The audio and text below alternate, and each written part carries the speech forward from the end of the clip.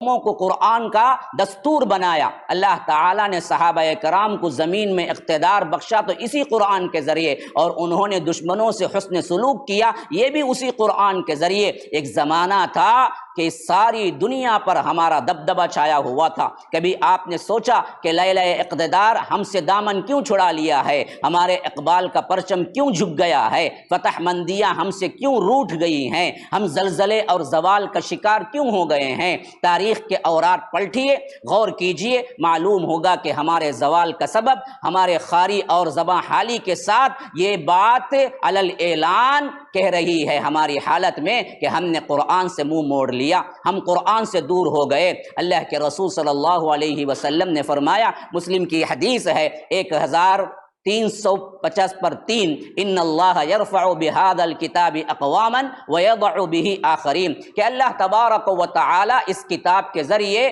بہت سوں کو عزت بخشتا ہے اور بعضوں کو اسی کتاب کے چھوڑنے کی وجہ سے ذلیل کرتا ہے۔ تو سیدنا حضرت عمر رضی اللہ عنہ خود بھی حافظ تھے، اپنے عہد خلافت میں مجلس شورا کے رکنیت کے لیے اپنے آپ کے جتنے بھی ممبرس ہیں، شورا ممبرس، ان کے لیے یہ شرط لگائے تھے کہ وہ حافظ قرآن ہو یا عالم قرآن ہو، وہی شورا کمیٹی کا ممبر بن سکتا ہے۔ تو چنانچہ آپ رضی اللہ عنہ مجلس شورا کے تمام ارکان حافظ تھے یا عالم تھے۔ ایک واقعہ حضرت نافع بن حارث اس دور کا کہتے ہیں کہ میں مکہ مکرمہ کا گورنر تھا۔ ایک مرتبہ حضرت نافع رضی اللہ عنہ کو مکے سے کہیں باہر جانا پڑا، یہ مکے کے گورنر تھے کہ کہیں باہر جانا پڑا، تو اپنے پیچھے عبد الرحمن ابزی ایک ایسے شخص ہیں جو بالکل وہاں مشہور نہیں تھے، ان کو اپنا قائم مقام امیر بنایا۔ تو حضرت عمر رضی اللہ عنہ جب حضرت نافع ان سے ملے تو پوچھا کہ جب تم آئے ہو میرے پاس تو مکے میں کس کو اپنا نائب امیر بنا کے آئے؟ تو حضرت نافع نے کہا کہ عبد الرحمن ابزی کو۔ حضرت عمر نے پوچھا یہ شخص کون ہے؟ میں نے کبھی نہیں سنا، یہ کوئی مشہور ترین تو شخص نہیں ہے۔ تو فرمایا کہ حضرت نافع غلاموں میں سے ہے، غلاموں میں سے ایک غلام ہے، لیکن قرآن مجید کا سب سے بڑا قاری ہے اور علم فرائض کا یعنی وراثت کے مسائل کا سب سے بڑا عالم ہے۔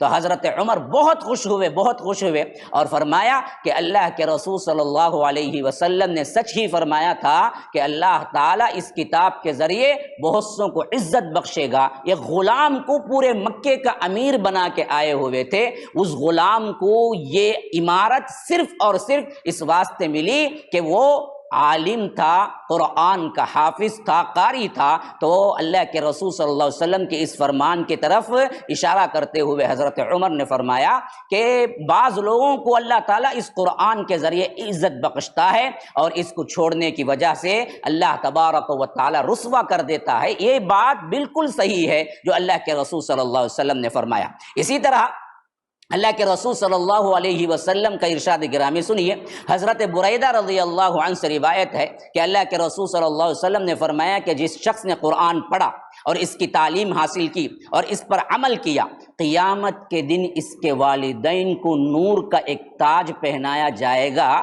جس کی آب و تاب سورج کی چمک سے بھی زیادہ ہوگی یا سورج کی چمک جیسی ہوگی، اور اس کے والدین کو جو دو ایسی خلعتیں پہنائی جائیں گی جس کی قدر و قیمت کے آگے ساری دنیا بیکار ہے۔ والدین کو یہ چیزیں پہنائی جائیں گے تو وہ حافظ قرآن یا عالم قرآن یا عامل قرآن، پھر اس کا مرتبہ کیا ہوگا؟ جو ماں باپ ہیں ان کو یہ کیفیت، تو بیٹے کو کیا کیفیت ہوگی؟ ترغیب اور ترہیب کے اندر یہ حدیث موجود ہے۔ تو یاد رکھیے قرآن کریم بہت بڑی متاع ہے، یہ ہمیں زندگی کا اصل مقصد بتانے آیا ہے۔ پڑھیے، سمجھیے، سیکھیے، سکھائیے، حفظ کیجیے، اس کی تعلیمات عالیہ پر عمل کیجیے اور اس بیش بہا تعلیمات کی مہک اپنے اہل خانہ، عزیز و اقارب، اپنے ماحول، معاشرے میں دور دور تک پھیلاتے رہیے۔ تو یاد رکھیے اسی مصحف مقدس میں آپ کو سب کچھ ملے گا، اسی قرآن میں آپ کو سب کچھ ملے گا۔